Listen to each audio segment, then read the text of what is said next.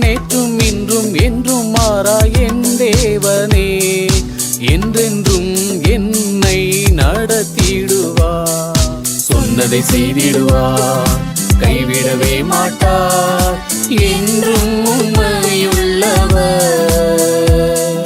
இந்த நாளிலே என்ன பேச வேண்டும் ஆண்டவரே என்று சொல்லி நான் தேவனுடைய முகத்தை நோக்கி பார்த்த பொழுது, ஆண்டவர் எனக்கு மார்க் எழுதின சுவிசேஷத்தினுடைய 5வது அதிகாரத்தை எனக்கு முன்பதாக நிறுத்தி, அதிலே லேகியோன் பிசாசினால் பாதிக்கப்பட்ட அந்த மனிதனுடைய வாழ்க்கையில் இருந்து சில காரியங்களை பேசும்படியாக, குறிப்பாக பிசாசினுடைய கிரியைகளை குறித்து பேசும்படியாக ஆண்டவர் என்னுடைய மனதில் ஒரு ஏவுதலை தந்தார் என்று சொல்லுவேன். காரணம், இந்த நாட்களிலே ஒவ்வொருடைய தனிப்பட்ட வாழ்க்கையிலே அல்லது ஒவ்வொருடைய குடும்பங்களிலே அல்லது ஒவ்வொருடைய வேலை அலுவல்கள் அல்லது ஊழிய காரியங்கள் எவைகளாக இருக்கட்டும், சத்துரு ஏதோ ஒரு விதத்திலே தன் கிரியைகளை தன் செயல்களை நம்முடைய வாழ்க்கையிலே செயல்படுத்தி கொண்டிருக்கிறான் என்பதை நாம் அடையாளம் காண்கிறவர்களாக இருக்க வேண்டும். ஒருவேளை நம்மளை அறியாமலேயே அந்த சத்துருடைய கிரியைகள் நம்முடைய வாழ்க்கையில தொடர்ந்து கொண்டிருக்குமானால்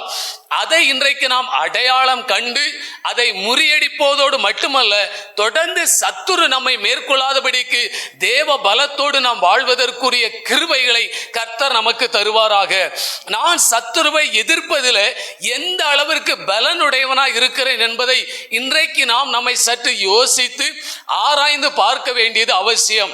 நம்ம எல்லாருக்குமே சத்துருடைய போராட்டம் உண்டு, ஆனால் எல்லாருக்கும் ஒரே விதமாக இருப்பதில்லை. ஒரே நபருக்காக இருந்தாலும் ஒரே விதமாகவும் பிசாசு போராடுவதில்லை என்பதை நீங்கள் அறிந்து கொள்ள வேண்டும்.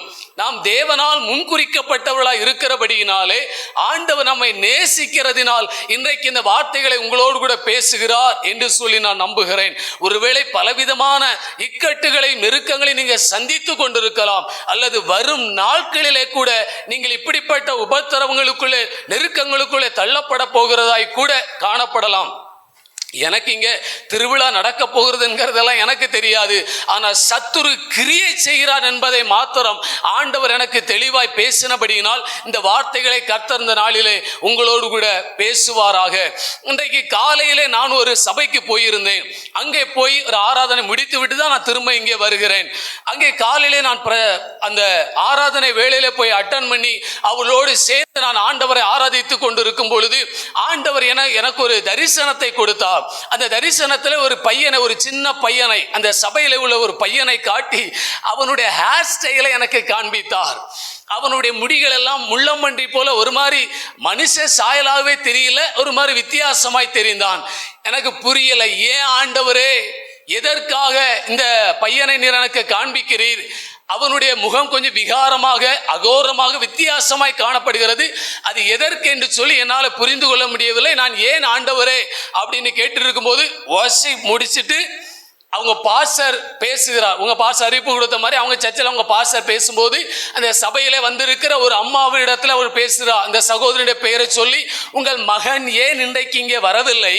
உங்க மகன் முடி வெட்டிட்டு வந்திருக்கிற நான் பார்த்தேன், அது என்ன ஹேர் கட்டிங்னு கேட்டார். எனக்கு ஆச்சரியமா இருந்தது. ஒரு பிள்ளையை கர்த்தர் நேசிக்கிறபடியினால் அவனுடைய சிகை அலங்காரம் கூட தேவனுக்கு பிடிக்காமல் இருக்குமானால் அதையும் தேவன் அருவருப்பு என்று சுட்டி காட்டுகிறாரே.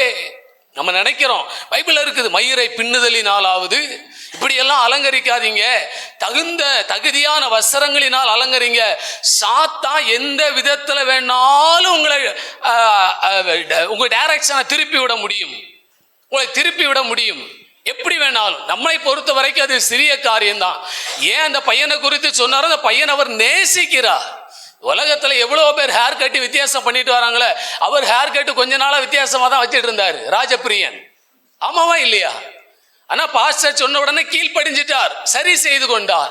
ஆனா சில பிள்ளைகள் கீழ்ப்படியாமல் இருக்கும் பொழுது, கீழ்ப்படியாத இடத்துல யார் செயல்படுவாங்க தெரியுமா? ஆகாயத்து அதிகார பிரபு. நீங்க சொல்லலாம் எனக்கு ஒண்ணு பேய் பிடிக்கலையாண்டு.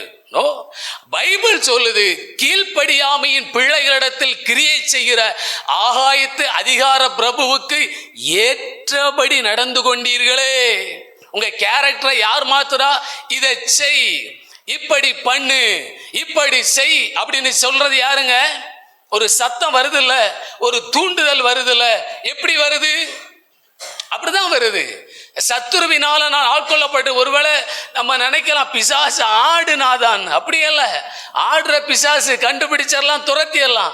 ஆனா ஆடாமல் சத்துரு நமக்குள்ள இருந்து அவனுடைய செயல்களை நமக்குள்ளே நடப்பித்து கொண்டிருக்கிறானா இல்லையா என்பதை கவனித்து நாம் வாழ வேண்டியதும் அவசியமாக இருக்கிறது என்பதை முதலாவது நாம் புரிந்து கொள்ள வேண்டும். எப்போதுமே தேவனுடைய சமூகத்தை நாம் கூடி வரும் பொழுது ஒன்றை நீங்க நல்லா புரிந்து கொள்ளுங்க, தேவன் என்னை நேசிக்கிறார். உங்களுக்கு அது ஆசீர்வாதமான பிரசங்கமா வருகிறதோ அல்லது எச்சரிப்பாய் வருகிறதோ, ஆலோசனையோ அல்லது புத்தி சொல்லக்கூடிய காரியமோ எதுவாக இருக்கட்டும், ஆண்டவர் என்னை நேசிக்கிறபடியினால் என் மத்தியில வருகிறார், அவர் பேசுகிறார். பைபிள் சொல்லுது 2-3 பேர். ஏன் அங்க வர்றாரு?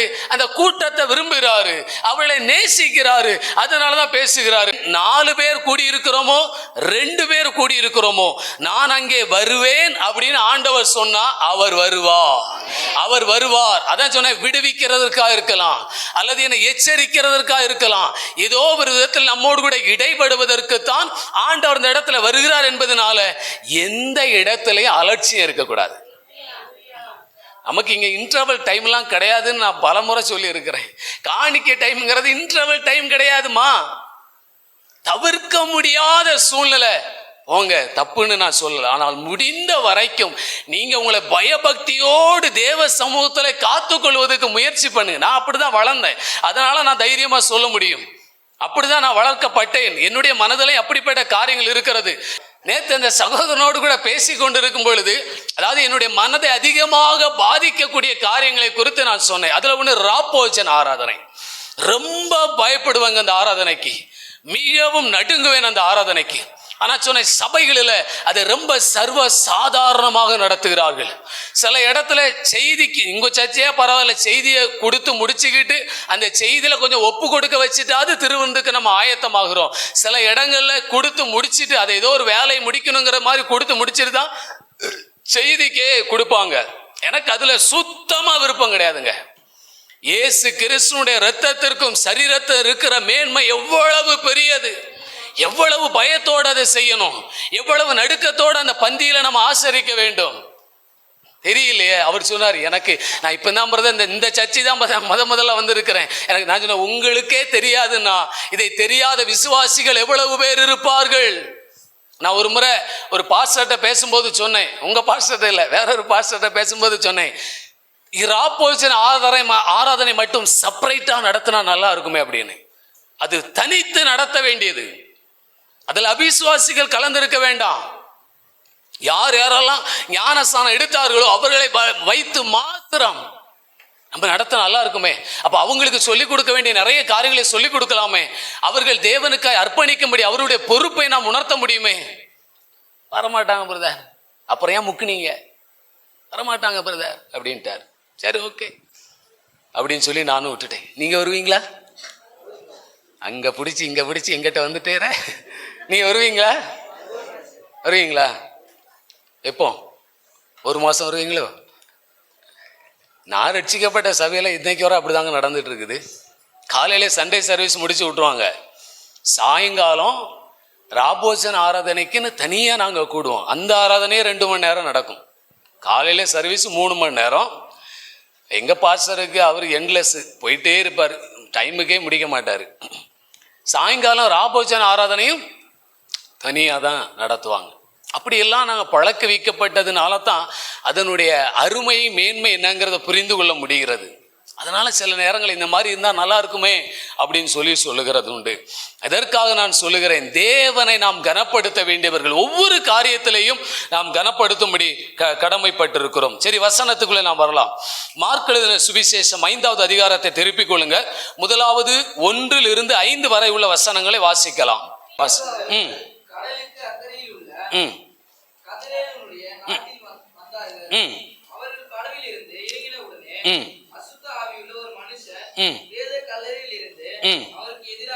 வந்தான்,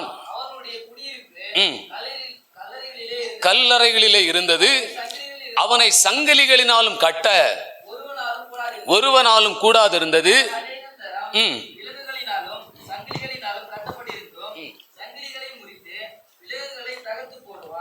அவனை அடக்க ஒருவனாலும் கூடாது இருந்தது.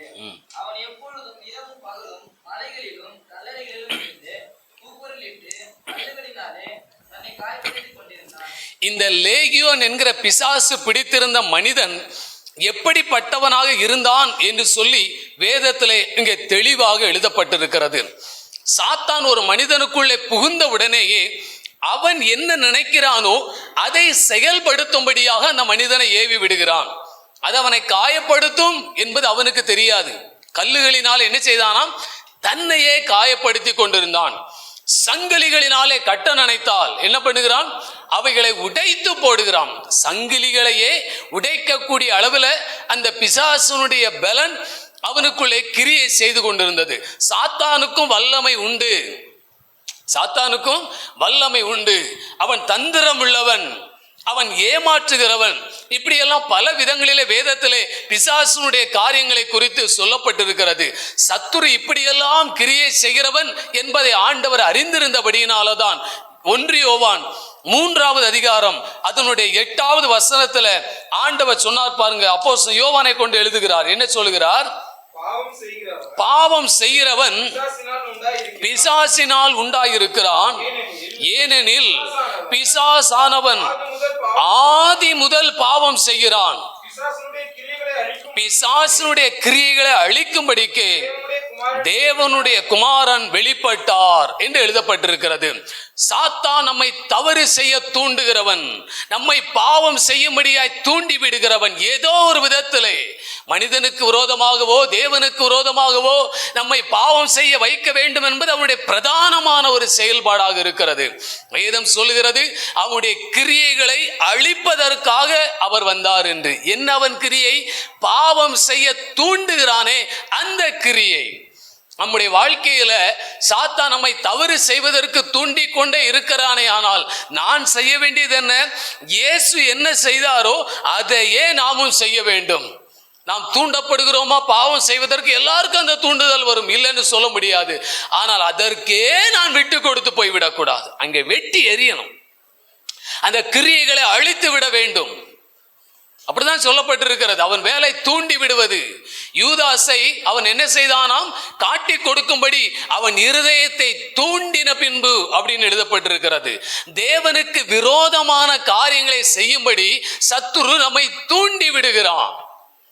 ஆண்டவரோ தம்முடைய சித்தத்தை நிறைவேற்றும்படிக்கு நம்மை தூண்டுவார். ஆனா பிசாசு என்ன செய்கிறான்? அவருக்கு விரோதமானவைகளை செய்யும்படிக்கு நம்மை தூண்டி விடுகிறான். மத்தேயு 4வது அதிகாரம் 3வது வசனத்திலே சொல்லப்பட்டிருக்கிறது, அவன் சோதனைக்காரன் என்று எழுதப்பட்டிருக்கிறது. அவன் சோதிக்கிறவன், பல விதங்களிலே சோதிப்பான். எந்தெந்த சூழ்நிலைகளை நமக்கு கொண்டு வந்து முன்பதாக நிறுத்தினால் நாம் தடுமாறுவோம் என்பது அவனுக்கு தெரியும். நாம் அதில் பதைத்து போவோம் என்பது அவனுக்கு தெரியும். எது நம்மை சோர்வடைய செய்யும் என்பது அவனுக்கு தெரியும். அப்படிப்பட்ட சோதனைகளை சத்துரு நமக்கு முன்பதாய் கொண்டு வந்து நிறுத்துவான். சோதனையில ஆண்டவர் அவருடைய பிள்ளைகளை சோதிக்கிறது இருக்குது, பிசாசு சோதிக்கிறது இருக்கிறது. ஆண்டவர் பாவத்தை கொண்டு வந்து சோதிக்க மாட்டார். தேவன் பொல்லாங்கினால் சோதிக்கிறவர் அல்ல என்றுதான் வேதம் சொல்லுகிறது. ஆனால் தேவன் தம்முடைய வார்த்தைக்கு நாம் கீழ்ப்படிந்திருக்க வேண்டும் என்று சொல்லி நம்மை சோதிக்கிறவராக இருக்கிறார். ஆனால் சாத்தானோ நமது பலவீன பகுதிகளை அவன் அறிந்திருக்கிறபடியினால் சோதிப்பதற்காகவே வருகிறான். அந்த இடத்துல 3 சோதனைகளை ஆண்டவருக்கு முன்பதாக வைத்தானே. கல்லுகள் அப்பமாகும்படி செய்யும், அது அவருடைய தேவை அந்த நேரத்தில். ஆனா இயேசு அதை ஜெயித்தார். வேத வசனத்தினால நிறைந்திருந்ததுனால இயேசு அதை ஜெயித்தார். தாள குதியும் அப்படின்னா அதையும் ஜெயித்தார். என்னை பணிந்து கொள்ளும் அப்படின்னா அதையும் ஜெயித்தார். சத்துரு பல விதங்களிலே நம்மை சோதிக்கிறான். நிறைய நேரங்களில் தேவனை தொழுது கொள்ளுகிறவர்கள் சத்துருவை தொழுது கொள்ள மாட்டார்கள். நம்ம தேவனை தொழுது கொள்ளுகிற பிள்ளைகளாக இருப்போமே, ஆனால் நம்ம என்ன செய்ய மாட்டோம்? சத்துருவை தொழுது கொள்ள மாட்டோம். சத்துருவை தொழுது கொள்ளுகிறதுனா என்ன? அவன் சொல்றதை கேட்கிறது. பிசாசு சொல்றதை கேட்டு அதன்படி நம்ம நடக்கிறோம் அப்படின்னா சாத்தான் நம்ம நினைக்கிறது மாதிரி நம்முடைய வாழ்க்கையில அவன் நேரடியாக இடைப்பட மாட்டான். அதான் அவன் தந்திரசாலி. எபேசியர் 4வது அதிகாரம் 27வது வசனம் சொல்லுகிறது, பிசாசிற்கு இடம் கொடாதிருங்கள். அவன் சூழ்நிலைகளை உருவாக்குவான். அவன் உள்ள பிரவேசிப்பதற்கு கொண்டு உள்ளே வருவதற்கு ஏதாவது ஒரு வழிமுறைகள் உண்டான்னு பார்ப்பான். உங்களை தவறு செய்ய வைக்கணும்னா முதல்ல அவனுக்கு இடம் கொடுக்கப்பட வேண்டும். உங்களுக்கு இடம் உண்டாக்கணும்னா ஆண்டவருக்கு உங்களுக்கு இடையில ஒரு ஏதாவது ஒரு பிரிவினை, ஒரு கேப் உண்டாக்கணும். அதுக்கு என்ன செய்யலாம்? யூதாசை தூண்டணும். இந்த குரூப்போடு இருந்தா ஒண்ணு செய்ய முடியாது, பிரிக்கணும். இப்போ யூதாஸ் அப்படித்தானே பிரிச்சான். எல்லாரும் கெத்செமனேக்கு ஜெபம் பண்ண போயிருக்கும் போது யூதாஸ் எங்க போனாரு தெரியல. எங்க போயிட்டாரு? சாத்தானுடைய தூண்டுதலின்படி அங்க போய் போர்ச்சவரிடத்துல பேரம் பேசிக்கிட்டு இருந்தாரு. அப்படிதானே? ஆமா, கெத்செமனேக்கு எல்லாரையும் தான் கூட்டிட்டு போறாரு. யூதாஸ் மட்டும் வரல. அவனுக்கு ஜெபிக்கிற இடம் தெரியும், ஆனா ஜெபத்திற்கு வரமாட்டான். அப்படிதானே? அப்போ பிரித்தான், ஃபெல்லோஷிப்ல இருந்து பிரிச்சான். சத்துருடைய ஆளுகைக்குள்ள அவனை கொண்டு வரணும்னு நினைச்சா இடம் உண்டாக்கினான், அவனுக்குள் புகுந்தான் என்று சொல்லப்பட்டிருக்கிறது. சத்துருடைய விருப்பத்தை நிறைவேற்றினான். நிறைவேற்றி முடித்த பிற்பாடு சாத்தா அவனை விட்டு போயிட்டான். இப்ப மனசாட்சி குற்றப்பட்டது. என்ன சொன்னா? குற்றமில்லாத இரத்தத்தை காட்டி கொடுத்ததினால் பாவம் செய்தேன். இப்ப மறுபடியும் தூண்டினான், செத்துரு அப்படின்னு. எப்படி அழிக்கிறான் பாத்தீங்களா? அதுக்கு இடம் கொடுத்துட்டா நம்முடைய வாழ்க்கையை தேவனை விட்டு பிரித்து அல்லது தேவ சபையை விட்டு நம்மை பிரித்து நம்ம எப்படியாவது அழித்து விட வேண்டும் என்பதுதான் சத்துருவனுடைய நோக்கம். நம்ம கவனமா இருப்போம். எந்த சூழ்நிலை இடம் கொடுத்து, சில நேரங்களில் யாரோ ஒருவர் மேல உள்ள கோபத்தினால், பாஸ்டர் மேல உள்ள கோபத்தினால் அல்லது சபையில உள்ள ஒரு விசுவாசிகள் மேல உள்ள கோபத்தினால் கூட ஜனங்கள் தேவனை விட்டு விலகி சாத்தானுக்கு இடம் கொடுத்தான். என்ன பொறுத்த வரைக்கும் சாத்தான் ஜெயிக்க கூடாது, அவ்வளவுதான். யார் வேணாலும் ஜெயிச்சுட்டு போங்க, இல்ல என்னை விட சின்ன வயசுல குறைந்தவங்களோ அல்லது பெரியவங்களோ பரவாயில்ல, யார் வேணாலும் ஜெயித்துருங்க. ஆனா யாருக்கு இடம் கொடுத்துடக்கூடாது? அவனுக்கு இடம் கொடுத்துடக்கூடாது. இந்த தெளிவு முதல்ல நமக்கு இருந்துட்டோம்.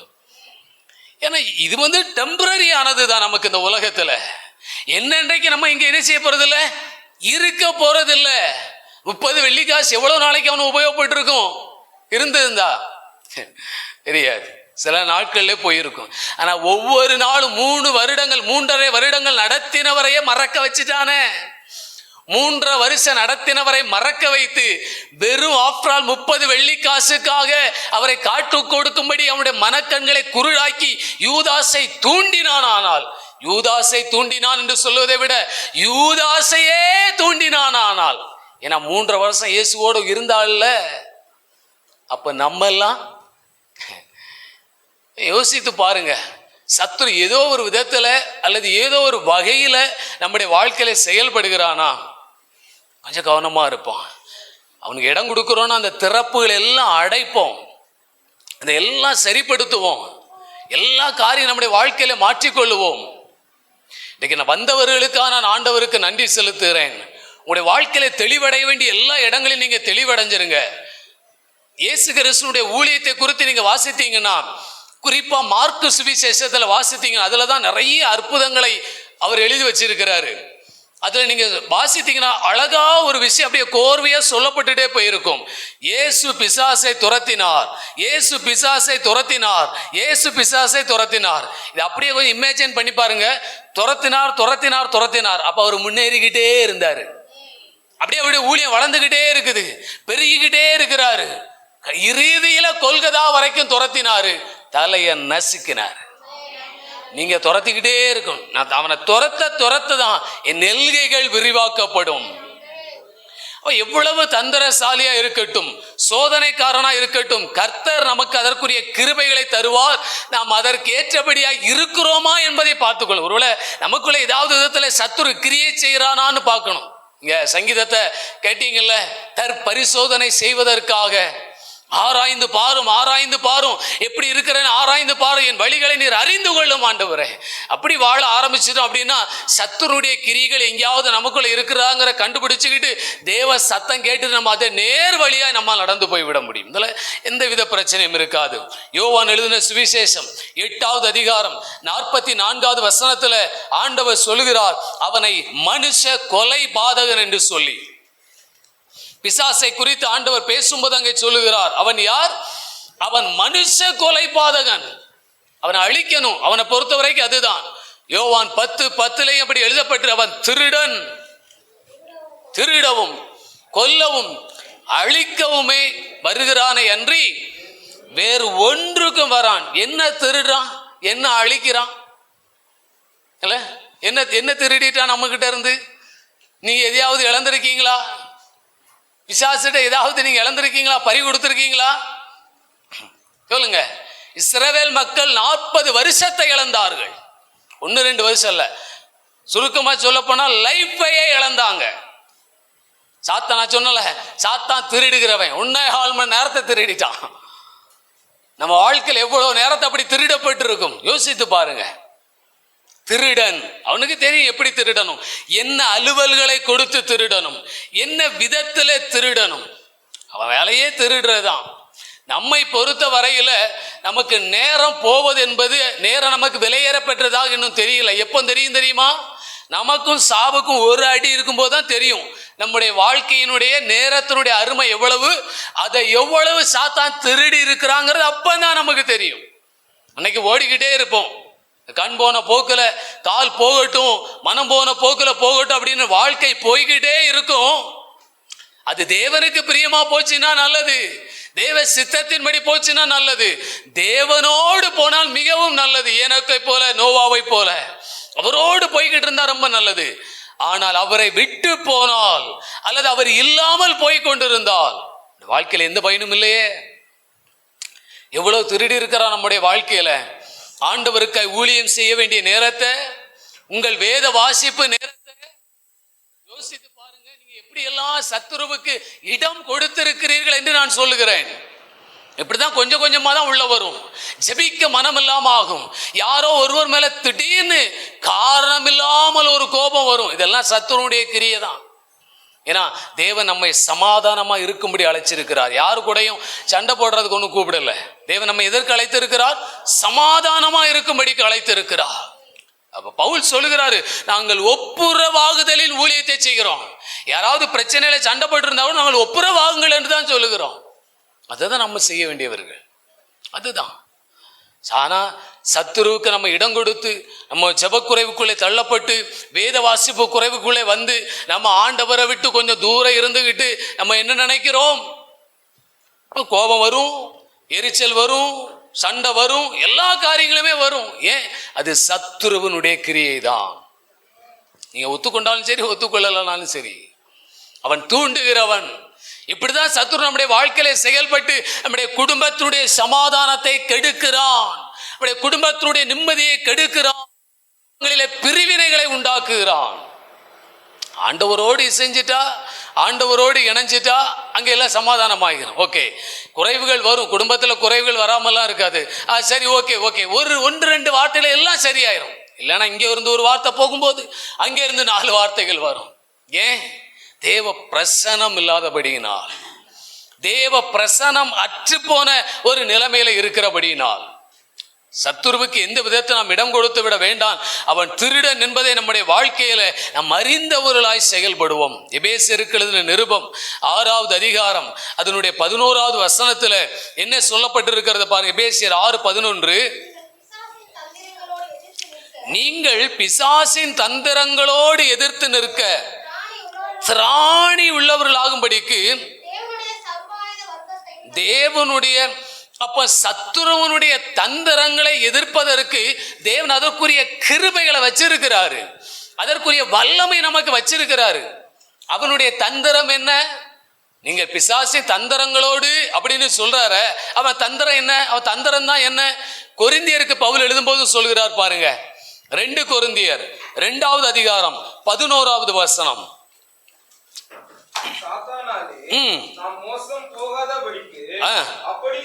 செய்தேன், அவனுடைய தந்திரங்கள் நமக்கு தெரியாதவைகள் அல்லவே. பவுல் சொல்லுகிறாரு, சாத்தான் தன்னுடைய தந்திரத்தினாலே ஏவாளை வஞ்சித்தது போல உங்கள் மனதும் கிறிஸ்துவை பற்றிய உண்மை நின்று கெடுக்கப்பட்டு விடுமோ என்று பயந்திருக்கிறேன் அப்படிங்கிறாரு. அவனுடைய தந்திரம் என்னங்க?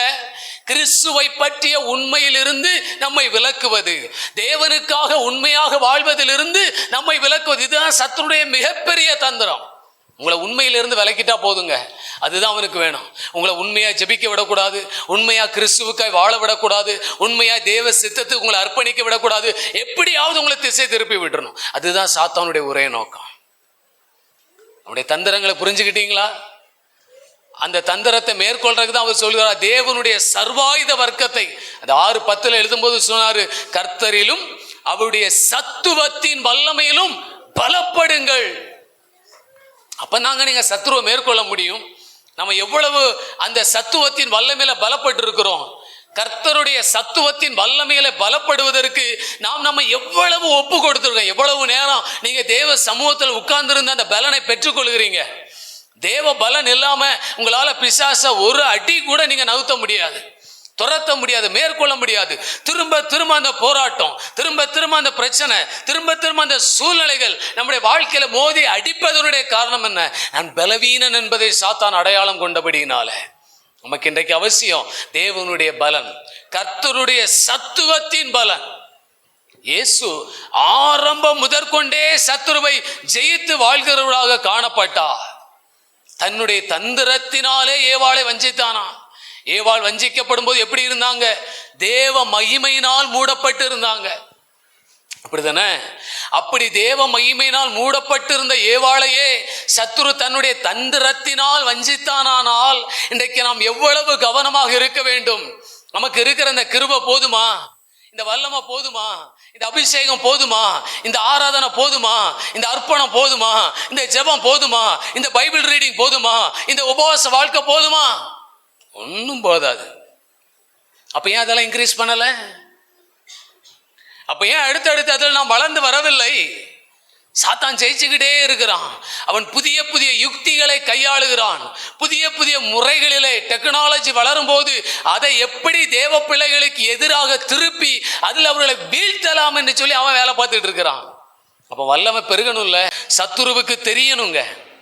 சத்துரு ஏன் தொடர்ச்சியா நம்மோடு கூட போராடி கொண்டிருக்கிறான்? யோபு ஆண்டவர் கேட்டார், எங்க போயிட்டு வர? பூமியெல்லாம் சுத்தி உலாவி வர்றேன் அப்படின்னாரு. ஆண்டவர் பாயிண்ட் பண்ணார், புரிஞ்சு போச்சு. யோபுவின் மேல் கவனம் வைத்தாயோ?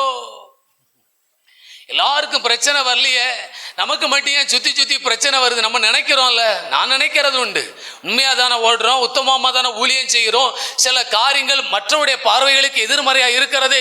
சாத்தான் சில நேரங்களில் நம்ம மீது கண்ணி வைப்பது உண்டு. நம்மளால அவனுக்கு பாதிப்பு இருக்கிறதானால், நம்மளால சாத்தானுக்கு பாதிப்பு வருதுன்னு வச்சுக்கோங்க, அவன் என்ன செய்ய, அவனுடைய பார்வை நம் மீது தான் திருப்பப்படும்.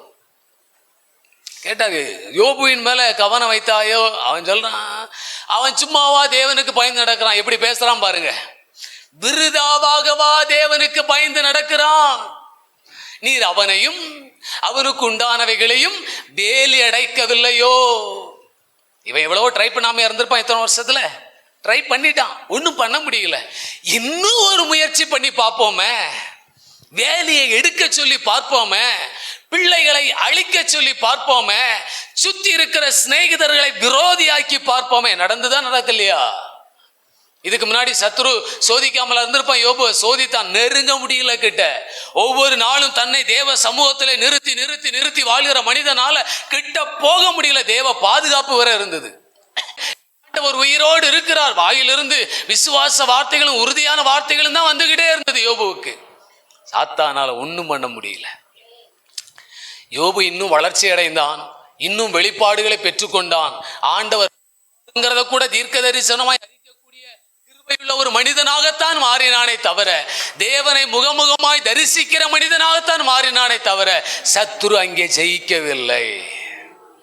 நம்முடைய வாழ்க்கையில் இதே மாதிரி பிசாச தந்திரத்தோடு கூட சில நேரத்தை நமக்கு முன்பதாக வந்து நிற்கலாம். நீங்க நல்லா போயிட்டு இருக்கும் போது நல்லா ஜெபம் பண்ணுவீங்க, நல்லா ஆராதிப்பீங்க, தேவனைத்தான் தேடிட்டு இருப்பீங்க. சில நேரங்களில் இவ்வித பரீட்சைகள் நமக்கு முன்பதாக வந்து நிற்கலாம். ஒரு மனிதனை ஒரு தடவை சோதிச்சுட்டுலாம் சாத்தான் விட்டுற மாட்டான், நொண்டிக்கிட்டே இருப்பான் உயிரோடு இருக்கிறது வரைக்கும். நம்ம இருக்கிறது வரைக்கும் என்ன பண்ணிக்கிட்டு இருப்பான்? நம்மை தொல்லை செய்து கொண்டே இருப்பான். நீங்க பலனை இன்க்ரீஸ் பண்ணிக்கிட்டே இருங்க. நீங்க ஆவியில வளர்ந்துகிட்டே இருங்க, கிருபையில வளர்ந்துகிட்டே இருங்க, ஜெபத்துல வளர்ந்துட்டே இருங்க, அபிஷேகத்துல வளர்ந்துகிட்டே இருங்க. சத்துரு என்ன செய்ய முடியும்? நம்மளை பார்க்கும்போது அவனுக்கு தெரியணும், இவன் வேலி அடைக்கப்பட்ட பிள்ளை, தொட முடியாது. இது அடைக்கப்பட்ட தோட்டம், இது மறைவிலே கட்டப்பட்ட நீரூற்று, இது தேவனால் முத்தரிக்கப்பட்ட கிணறு, இதை தொட முடியாது அப்படிங்கிற கூடிய அளவுல நம்முடைய வாழ்க்கையில வந்துட்டோம்னா வெற்றியாய் வாழ.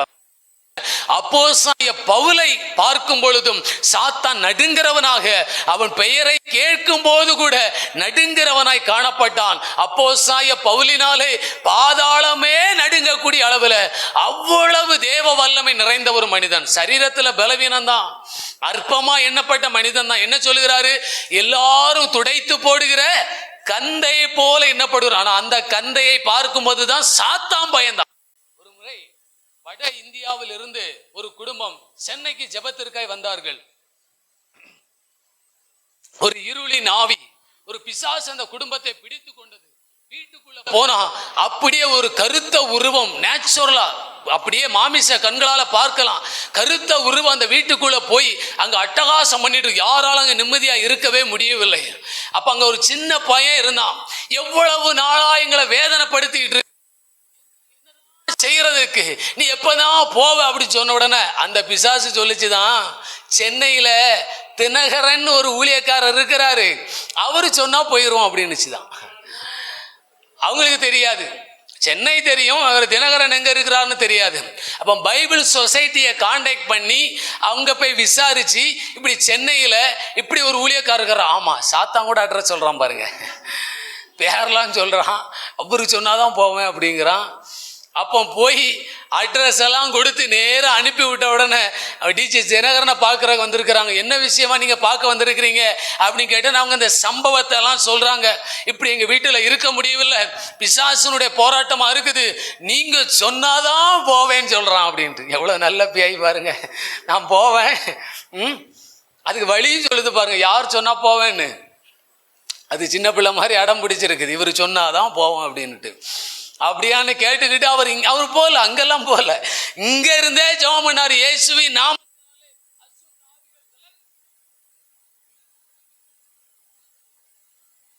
அதே அந்த கருப்பு உருவம் வந்து அங்கெல்லாம் நின்று மறுபடியும் வேலை செஞ்சுட்டு இருக்குது. பார்த்த உடனே இவங்க பார்க்குறாங்க, நம்ம போய் ஜெபம் பண்ணிட்டு வந்துட்டோம் அப்படின்னு சொன்னோன்னே, இல்லை இல்லை அவரு சொல்லிட்டாரு, நாங்கள் இருக்க மாட்டோம், நாங்கள் போகிறோம்னு சொல்லிட்டு எல்லாம் பாய் பாய் காட்டிட்டு போயிடுச்சு. அபிஷேகம் பண்ணப்பட்ட மனிதனுக்கு இருக்கக்கூடிய கிருபைகளை குறித்து நான் சொல்லுகிறேன். ஒரு மனிதன் மேலே தேவ ஆவியானவர் தங்கி இருக்கிறார் என்று சொல்லும் பொழுது, அவன் தேவ ஆவியினால் நிறைந்திருக்கிறான் என்று சொல்லும் போது, கர்த்தர் எந்த அளவுக்கு அந்த மனிதனை குறித்து சத்துரு நடுங்கும்படி செய்கிறார் பாருங்க. இன்னைக்கு நம்முடைய வாழ்க்கையில் அந்த கிருபை பெருகட்டும். நேரடியாகவோ மறைமுகமாகவோ எந்த விதத்திலையும் சத்துரு நம்முடைய வாழ்க்கையில் என்ன செஞ்சிடக்கூடாது, கிரியை செஞ்சிடவே கூடாது. லூக்கா சுவிசேஷம் 13வது அதிகாரம் 11வது வசனத்துல 18 வருஷமாய் பலவீனப்படுத்தும் ஆவியை கொண்ட ஒரு பெண் அங்கே இருந்தாள் என்று சொல்லப்பட்டிருக்கிறது. சாத்தான் பலவீனப்படுத்துவது என்பது அவளை கூனியாக்கி கட்டி வைத்திருந்தான். நம்முடைய வாழ்க்கையில ஆவிக்குரிய நிலைமையில நான் எழும்ப கூடாதபடிக்கு, ஆவிக்குரிய வாழ்க்கையில நிமிர்ந்து பார்க்க கூடாதபடிக்கு கூட ஒருவேளை நாம் கட்டப்பட்டு இருக்கிறோமா? யோசித்து பாருங்க. ஒரு குறிப்பிட்ட அளவிலே தான் நீங்க நிக்கிறீங்களா? மேல எழும்ப முடியலையா? கொஞ்சம் யோசிச்சு பாருங்க. எதனால? இவங்களால ஒரு குறிப்பிட்ட அளவு தான் நிமிர முடியும், அதுக்கு மேல நிமிர முடியாது. சாத்தான் கட்டி இருந்தான் என்று சொல்லப்பட்டிருக்கிறது. நம்முடைய ஆவிக்குரிய வாழ்க்கையில ஒரு குறிப்பிட்ட நிலைமைக்கு நேரம் மேல வர முடியாதபடி நாம் கட்டப்பட்டு இருப்போமானால் அந்த சத்துருடைய கட்டுகளும் மறுக்கப்பட வேண்டும். நம்முடைய வாழ்க்கையில எந்த பகுதியிலே கட்டப்பட்டு இருக்கோம் என்பதை முதலாவது நாம் தெரிந்து கொள்வது. சத்துருடைய கிரியை. நீங்க நினைக்கலாம், இத்தனை வருஷம் நீங்க சபைக்கு வாரீங்க, ஆராதனையில பங்கெடுக்கிறீங்க, தேவனை ஆராதிக்கிறீங்க, ஆனால் உங்க ஆவிக்குரிய வாழ்க்கையில முன்னேற்றம் இல்லைன்னா சிந்திச்சு பாருங்க. ஏன் முன்னேற்றம் வரல? 18 வருஷமா ஆலயத்தை வந்துட்டு இருக்காங்க, 18 வருஷமா சாத்தான் கட்டி வைத்து இருக்கிறான். ஒரு நாளில் இயேசு விடுதலை ஆக்கி அவளை நிமிர்ந்து நிற்க பண்ணினார். இன்னைக்கு நம்முடைய வாழ்க்கையில இது போன்ற கட்டுகளை உடைக்க வேண்டியது நம்ம மேல விழுந்த கடமை. இன்னைக்கு தேவ கரம் நம்ம மேல இறங்கணும். ஆண்டவர் அவளை அழைத்து அவள் மீது தமது கரத்தை வைத்தார், விடுதலையாகி போனாங்க. இன்னைக்கு எங்களையும் தொடுங்க ஆண்டவரே. எங்க வாழ்க்கையில இதே போல் நாங்கள் நிமிர முடியாமல் இருப்போமே ஆனால், எங்க ஜெப வாழ்க்கையில, எங்க பரிசுத்த வாழ்க்கையில, எங்க வேத வாசிப்புல, தேவனுக்காய் செயல்படுவதில், இப்படி ஏதோ ஒரு காரியத்தை நாங்கள் வாழ்க்கையில நிமிர முடியாமல் இருப்போமே ஆனால், இன்னைக்கு எங்களுக்கு உங்க தொடுதல் வேணும். இந்த கட்டுகள் உடையணும். எபேசியர் 2வது அதிகாரம் 2வது வசனத்துல அங்கே கீழ்ப்படியாமையின் பிள்ளைகளிடத்தில் செயல்படுகிற ஆவியை குறித்து சொல்லப்பட்டிருக்கிறது. நம்முடைய வாழ்க்கை வசனத்திற்கு கீழ்ப்படுகிற வாழ்க்கையா இருக்கணும், தேவனுக்கு கீழ்ப்படுகிற வாழ்க்கையா இருக்கணும். நீங்க ஆண்டவருக்கு அவருடைய வார்த்தைக்கு கீழ்ப்படியாம போயிட்டீங்கன்னா உங்க வாழ்க்கை யாருடைய ஆளுகைக்குள்ள போயிரும் தெரியுமா? ஆகாயத்து அதிகார பிரபுவாகிய பிசாசனுடைய கண்ட்ரோலுக்குள்ள போயிரும். சபை கூடி வருதலை விட்டுவிடக் கூடாதுன்னா விட்டுவிடக் கூடாது. பாஸ்டர் வாரம் வாரம் வந்து சொல்லிட்டு இருக்க மாட்டாரு, வசனம் சொல்லுது. நீங்க தேவனுக்கு கீழ்ப்படியணும், தேவ சமூகத்தை அலட்சியம் பண்ணக்கூடாது. ஜெபிக்கணும்னா ஜெபிக்கணும், வேதம் வாசிக்கணும்னா வாசிக்கணும். தேவனுக்காய் பணி செய்ய வேண்டிய நம்ம மேல விழுந்த கடமைன்னு அதை செய்ய வேண்டும். ஒருவரை ஒருவர் தேற்றணும்னா ஒருவரை ஒருவர் தேற்றணும். ஒருவருக்கு ஒருவர் மன்னிக்கணும்னா ஒருவருக்கு ஒருவர் மன்னித்து தான் ஆகணும். முடியாதுங்கிற பேச்சுக்கே இடம் இருக்கக்கூடாது. ஏன்? கீழ்ப்படியிலன்னு வந்துட்டீங்கன்னா உங்களுக்குள்ள யார் வந்துருவாங்க? உங்களுக்கு தெரியாதுங்க. உங்களுக்குள்ள இருந்து பிசாசு என்ன செய்வான்னா உங்களுடைய குடும்பங்களை சுதாரிப்பான். சாத்தானை பொறுத்த வரைக்கும் எப்படி தெரியுமா? அவன் தன் எல்லையை விரிவாக்கி கொண்டே இருக்கிற ஆளு. உங்க ஒரு ஆளை மட்டும் முதல்ல தொடுவான், அப்புறம் உங்களை வச்சு குடும்பத்தில் உள்ள இன்னொரு தொடுவான். மொத்தமா உங்க குடும்பத்தை தொட்டுட்டானா உங்களை சபைக்குள்ள கொண்டு வந்து சபையை தொடுவான். ஏன் இந்த பிரச்சனை, ஏன் இந்த பிரச்சனை யாருக்குமே தெரியாது. அப்புறம் ஜெபம் பண்ணி ஆண்டவர்கிட்ட கேட்கும் போதுதான் சொல்லுவாரு, பிசாசுக்கு இடம் கொடுத்து விட்டபடியினால் சத்துரு இப்படி எல்லாத்தையும் ஆக்கிரமிச்சு வச்சிருக்கிறான். அப்படி சத்துருவுக்கும் ஆமிசத்தின் கிரியைகளுக்கும் இடம் கொடுத்து தேவனை விட்டே விலகி போன சபைக்காக ஒரு நிருபத்தையே எழுதினார் பவுல், கலாத்தியருக்கு எழுதின நிருபம். ஏன்? ஆவியிலே ஆரம்பம் பண்ணின நீங்கள் மாமிசத்தில் முடிவு பெற போகிறீர்களோ? சாத்தான் வஞ்சித்துட்டானே. இயேசு கிறிஸ்து சிலுவையில் அறையப்பட்டவராய் உங்கள் கண்களுக்கு முன்பதாக பிரத்யட்சமாய் வெளிப்படுத்தப்பட்டு அவ்வளவு பெரிய தரிசனத்தை எல்லாம் நீங்க பாத்தீங்களேப்பா. ஆண்டவர் என் கூட பேசினார்லாம் சொன்னியப்பா. இப்ப என்னாச்சு? வானத்துக்கும் பூமிக்கும் குதிச்சியப்பா. இயேசுதான் நல்லவர், இயேசுதான் பெரியவர், செத்தால் அவருக்காகலாம் வீர வசனம் எல்லாம் பேசுனியப்பா கட்டபொம்மன் மாதிரி. இப்ப என்னாச்சு? அப்படிதானே? ஆவியில ஆரம்பம் பண்ணின நாம இப்ப அப்படியே தான் போயிட்டு இருக்கிறோமா? இல்ல டேக் டைவர்ஷன் போட்டு திருப்பிட்டானா? இன்னைக்கு காலையில பேசின சபையில சொன்னேன், திசை திருப்பும் காற்று. அப்போஸ்தலர் 27வது அதிகாரத்துல ஈரோக்ளிதோன்கிற காற்று வந்து என்ன பண்ணிச்சுது? திசை திருப்பிட்டு அவங்க செல்ல வேண்டிய இடத்துக்குள்ள போக முடியாம அது வேற டைரக்ஷன்ல காத்து என்ன பக்கம் போச்சோ அந்த பக்கத்துக்கு திருப்பி விட்டது மாதிரி நம்ம வாழ்க்கையில சத்துரு உள்ள வந்துட்டானா என்ன ஆகும்? திசை திருப்பிடுவான் வேற வழியில. அவ்வளவு தரிசனங்களையும் கிருபைகளை பெற்ற ஒரு கலாத்திய சபையார என்ன பண்ணிட்டாங்க? ஆண்டவரை விட்டு தூர போயிட்டாங்க. பவுல் அழுகிறாரு, எப்பா இவ்வளவு கிருபைகளை பெற்றீங்களே, இப்படி எல்லாம் இருந்தீங்களே, இப்படி நியாயப்பிரமாணத்துக்கு மறுபடியும் போறீங்களே, கிருபையில இருந்துட்டு நியாயப்பிரமாணத்துக்கு போகிறீங்களேப்பா. சத்துருவனுடைய வஞ்சகம். வேத வசனத்துக்கு நம்ம கீழ்ப்படுகிறோமா? ஆண்டவர் நமக்கு சொல்லியிருக்கு கீழ்ப்படிமோ? என்னை சுத்தி யார் வேணாலும் என்ன காரியங்களை சொல்லட்டும், ஆனால் வேத வசனம் நம்முடைய காதுகளிலே சரியான காரியங்களை சொல்லும். கூட அவ்வப்பொழுது நான் ஆலோசனை கொடுக்கிற அல்லது ஜெபத்தில் நடத்தக்கூடிய அவர்கள் இங்கே இருக்கிறார்கள். அதனால நான் தைரியமா சொல்லுறேன். சில வருடங்கள், இத்தனை வருஷங்கள் நான் அவர்களோடு பேசியிருக்கிறேன், தேவ ஆலோசனைகளை கொடுத்திருக்கிறேன். நான் தைரியமா சொல்ல முடியும், அத்தனையும் தேவனுடைய நடத்துதல். ஒரு ஆலோசனைகள் கூட அல்லது ஒரு வெளிப்பாடுகள் கூட பொய்யானதாக இருந்ததில்லை. அவர்களை குறித்து என்னிடத்திலே சொல்லாமல் இருந்த காரியங்களை கூட ஆண்டவர் என் மூலமாய் அவர்களை வெளிப்படுத்தி இதுவரைக்கும் அவர்களை நேர்வழியாய் நடத்தி இருக்கிறார் என்று சொல்லி அவர்களுக்கு சாட்சி சொல்ல மனம் இருந்தால் சொல்லலாம். பவுல மாதிரி சொல்றேன்.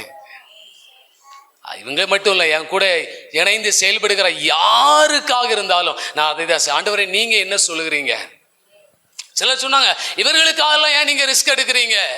இவர்களுக்கு உங்க வேலையை பார்த்துட்டு போக வேண்டியதுன்னு என்கிட்ட சொல்லி இருக்கிறாங்க. ஆனால் தேவ நடத்துதல் இதுதான் என்பதை அவர்களுக்கு சரியாய் போதிக்கக்கூடிய இடத்துல தேவன் என்னை வைத்திருந்தபடினால் அதையே நான் அவர்களுக்கு செய்தேன். நான் நம்புகிறேன் அவருடைய ஆவிக்குரிய வாழ்க்கையில ஒரு அடியாவது எடுத்து வைப்பதற்கு ஏதோ ஒரு விதத்துல என்னை கர்த்தர் பயன்படுத்தி இருப்பார் என்று சொல்லி நான் நம்புகிறேன்.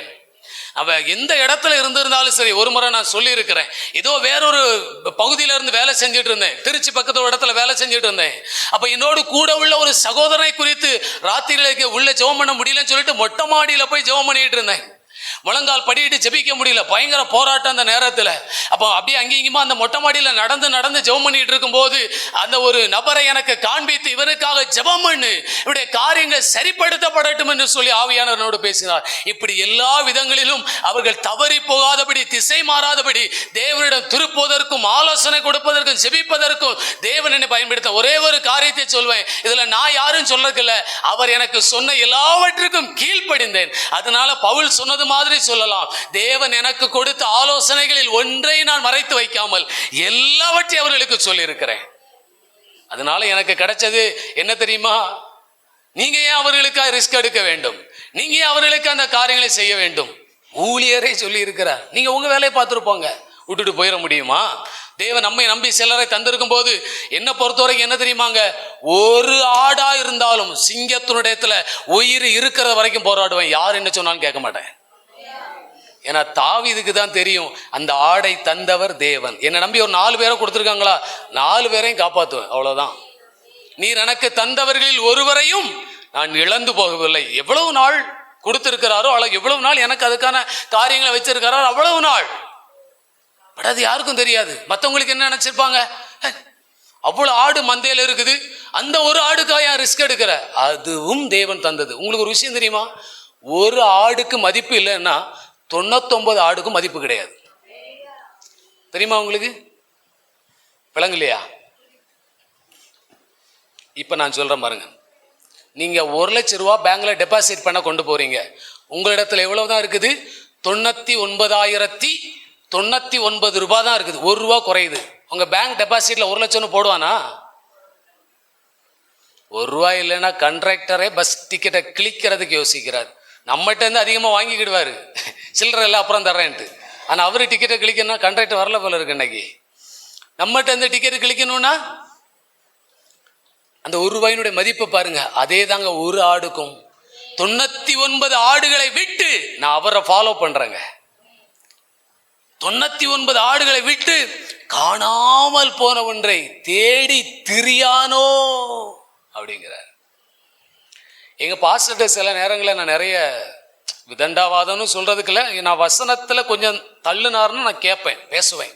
அப்போ பேசும்போது அவர் அடிக்கடி ஒரு வார்த்தை சொல்லுவார், தம்பி உங்களுக்கு இப்போ தெரியாது, இன்னைக்கு என்ன மாதிரி ஒரு இடத்துல வருவீங்க, அப்போ உங்களுக்கு தெரியும். உண்மையிலே ஊழியத்துல வளர்ந்து எடுத்து நான் வரும்பொழுது அதை நிறைய இடங்கள்ல நான் ஃபீல் பண்ணியிருக்கிறேன்.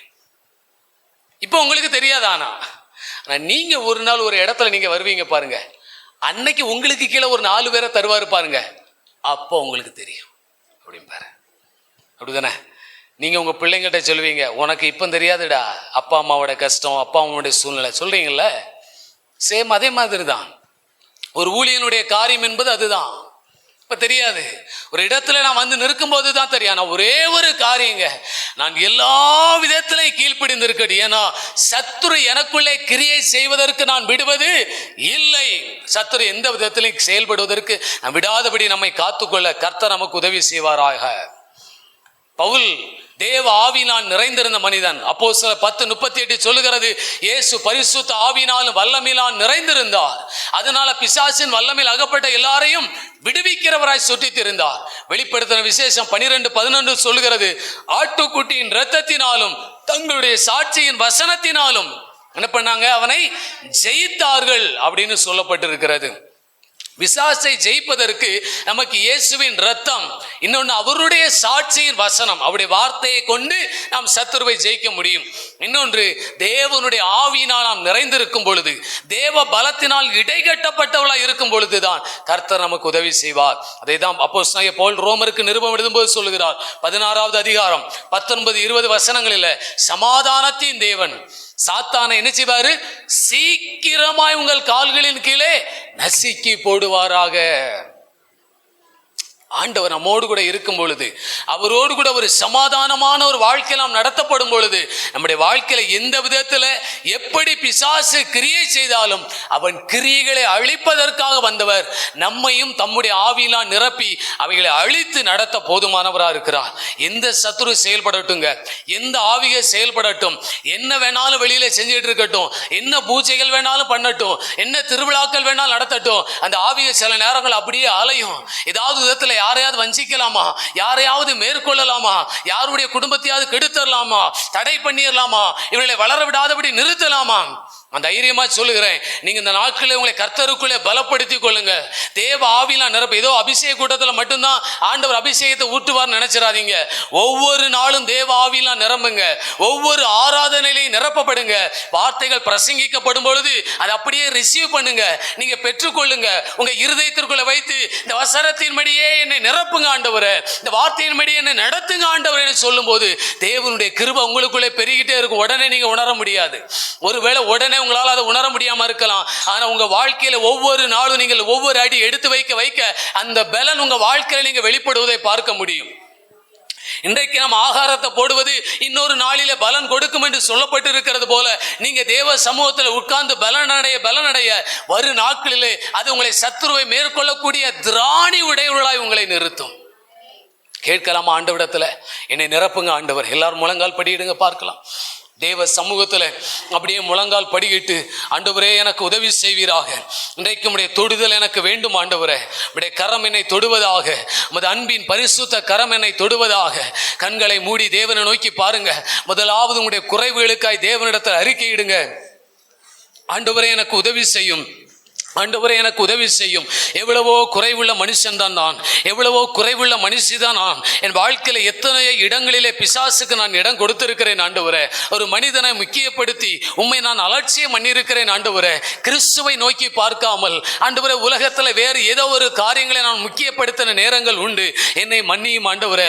என்னை அறியாமல் என் வாழ்க்கையில எந்த பகுதியில பிசாசு செயல்பட்டு கொண்டிருந்தாலும் சரி, இன்றைக்கு அவைகள் எல்லாம் அகல வேண்டும் ஆண்டவரே. என்னுடைய ஆவியிலா இருக்கட்டும், என்னுடைய ஆத்துமாவிலா இருக்கட்டும், அல்லது என்னுடைய எண்ணங்களிலா இருக்கட்டும், என் செயல்களிலா இருக்கட்டும், என் வார்த்தைகளிலா இருக்கட்டும், எந்த பகுதியிலுமே சத்துரு செயல்படக்கூடாது. அல்லது என் கண் பார்வையிலா இருக்கட்டும், அல்லது கேட்கும் திறனிலா இருக்கட்டும், பிசாசு விரும்புறதை நான் செய்யக்கூடாது. என் மாம்சமும் மனசு விரும்புகிற காரியங்களை இனி ஒரு நாள் நான் செய்யக்கூடாது ஆண்டவரே. இன்றைக்கு எனக்கு ஒரு விடுதலை வேணும். வரும் நாட்கள்ல இதை ஜெயித்து வாழுகிற ஒரு அனுபவம் எனக்கு வேணும் ஆண்டவரே. இதை ஜெயித்து வாழுகிற ஒரு அபிஷேகம் வேண்டும். இன்றைக்கு நீர் என்னை விடுதலை ஆக்குவீராக. சத்துருவுக்கு நாங்கள் இடம் கொடுக்க கூடாது. நாங்கள் தேவனுக்கு இடமளிக்கிற பிள்ளைகளாக இருக்கணும் ஆண்டவரே. என் நேரத்தை தேவனோடு செலவிடணும். எங்க வாழ்க்கையை வீணும் விருதாம நாங்கள் இனி கழித்து விட கூடாதப்பா. இன்றைக்கு எங்க வாழ்க்கை நாங்கள் எடுக்கிற தீர்மானம், எங்க வாழ்க்கையில ஒவ்வொரு நாளும் இனி வரக்கூடிய ஒவ்வொரு நாளைக்கும்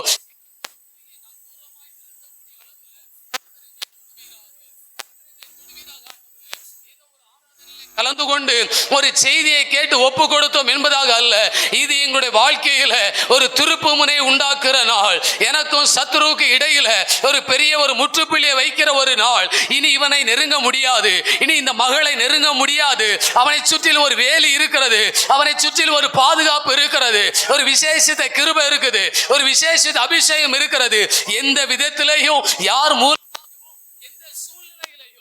ஏமாற்ற முடியாது, இவர்களை வஞ்சிக்க முடியாது என்று சாத்தான் அடையாளம் காணக்கூடிய விதத்தில் அப்படிப்பட்ட ஒரு கிருபை, அப்படிப்பட்ட ஒரு கிருபை இன்றைக்கு எனக்கு தாருங்க ஆண்டவரே.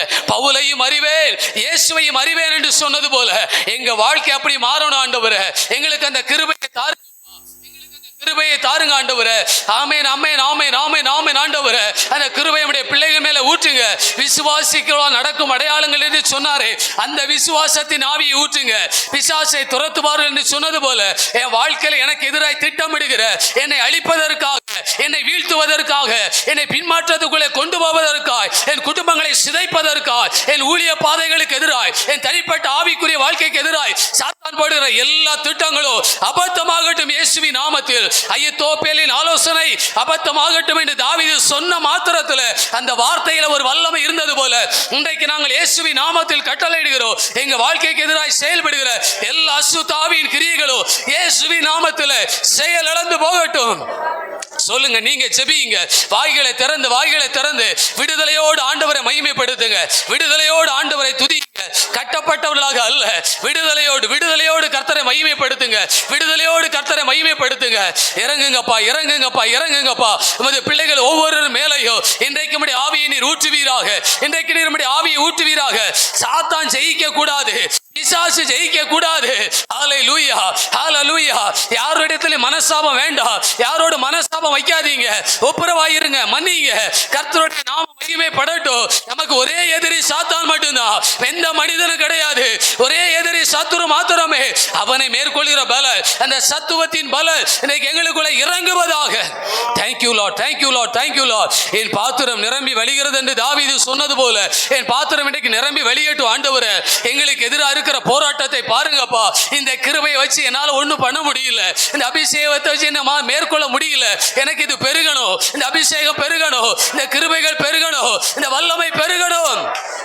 கவலைகள் மறையட்டும், பாரங்கள் மறையட்டும். எதை குறித்து கவலைப்பட்டு இருக்காதீங்க, சோர்ந்து போய் இருக்காதீங்க. அடுத்தடுத்து காரியங்களை நினைத்து மனதில் கவலைப்பட்டு இருக்காதீங்க. அநேக காரியங்களை குறித்து கவலைப்பட்டு கலக்காதீங்க. கர்த்தர் மேல உங்க பாரத்தை வைத்து விடுங்க. எந்த சூழ்நிலையில குறித்து கலங்கி கொண்டு இருக்காதீங்க. சகோதரியே, கவலைப்படாதிருங்க, கவலைப்படாதிருங்க. நீங்க பாரப்பட வேண்டிய அவசியம் இல்லை. உங்க கவலைகள், உங்க சோர்வுகள் எல்லாம் மாற்றிடுங்க. கர்த்தர் இந்த வேளையில உங்க வாழ்க்கையை மாற்ற விரும்புகிறார். தகப்பனே தொடுங்க, தகப்பனே தொடுங்க. உங்க வல்லமையுள்ள கரமுடைய பிள்ளைகளை தொடுவதாக.